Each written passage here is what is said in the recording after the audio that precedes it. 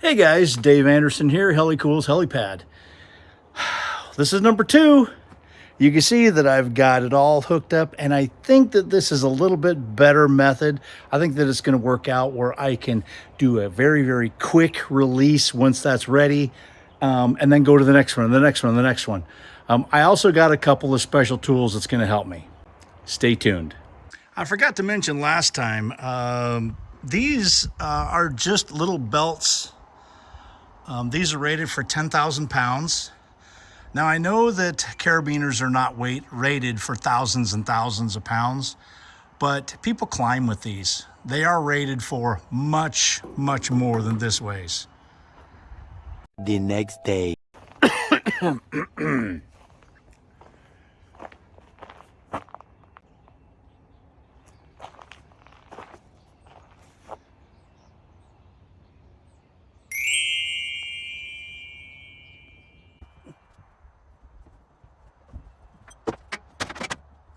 I managed to get this second one up in just under 2 hours. And really, what was the difference? Well, mainly the difference is that I kept all of the bolts loose, even on the truss and the truss apex brace. Kept all of that loose. And then I was able to use the bucket truck a little bit more efficiently. Move it left, right, down. Then here's something else.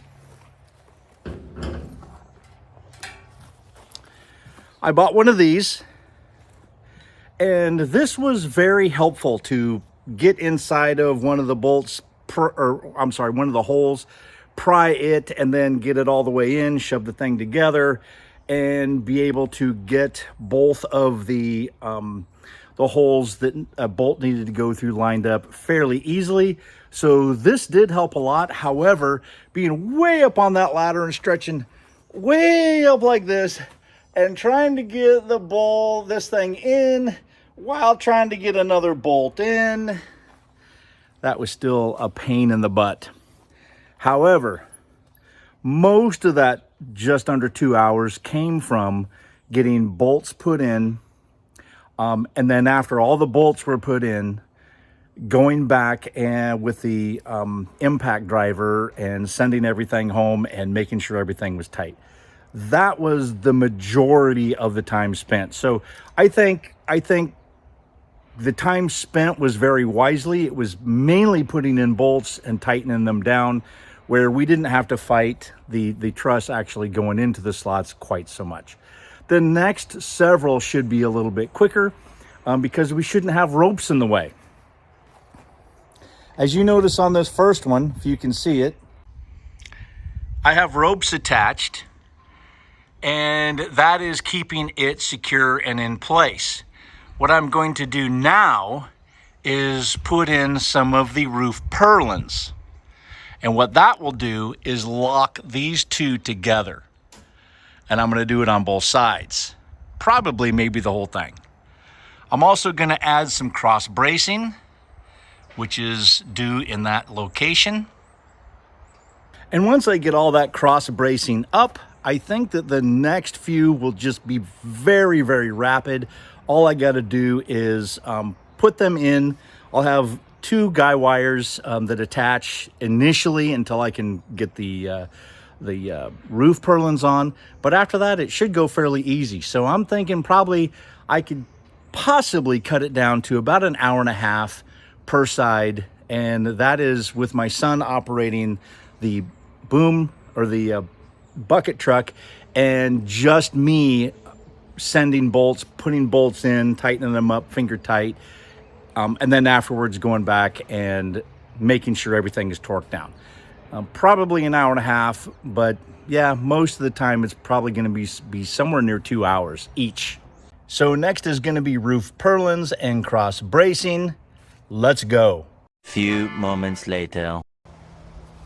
Okay, so I started putting in the purlins. These are 9 1 1/4 as opposed to the 9 2 1/2 that go on the inside pieces. So the ends, both ends are shorter, and the middle is longer.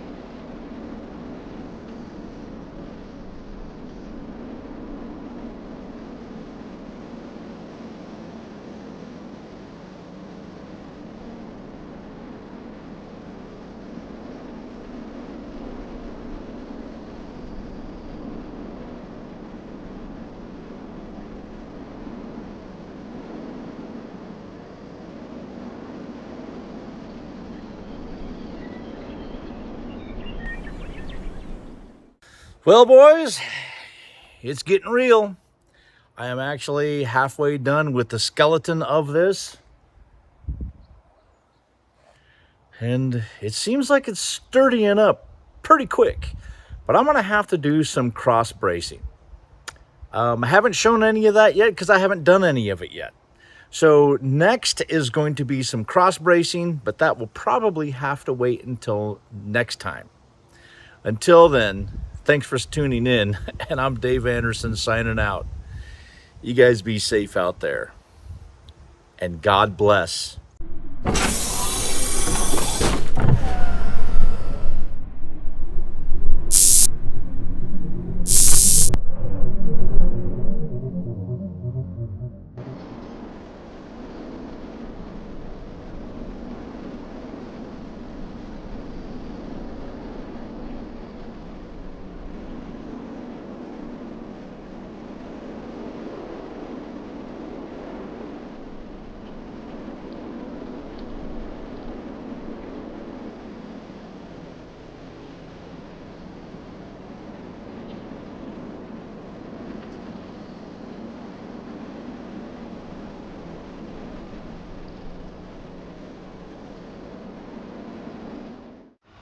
And this is what happens when you forget to properly tie off some guy wires to your truss and you let the tension down off the bucket truck. It can get very stressful at this point, and it looks like maybe the truss is going to fall over. So make sure to properly tie that off before you let tension down off on the bucket truck.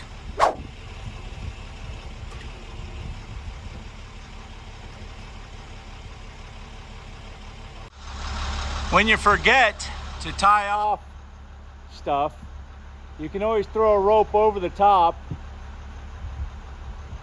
and get it tied off down below.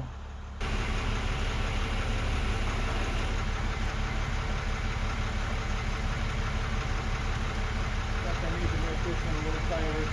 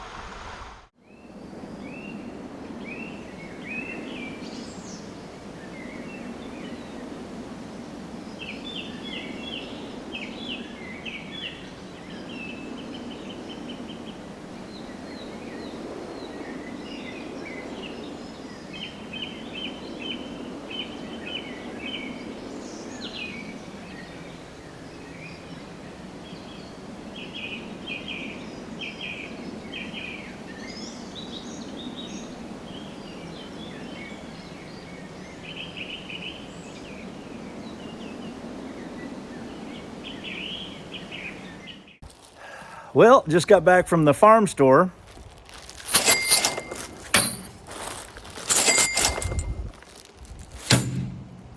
I didn't quite clean them out, but now I am over $300 for extra hardware. Yeah, I kind of miscounted. But you know what? So did Toro.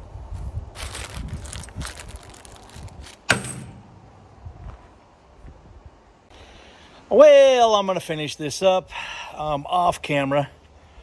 I've only got 2 more. But it's basically rinse and repeat over and over, and that could get a little boring for y'all. So I'm going to spare you that. Oh, you're very welcome. Next time, it looks like we're going to be doing some cross bracing, and gee, we might even get to start putting metal roof up. That'd be crazy. Until next time, I'm Dave Anderson signing out. You guys be safe out there. And God bless. I just got done with the Great Western Overland Roundup. If you missed it, here is a little preview of what you missed. Already there's some amazing stuff showing up.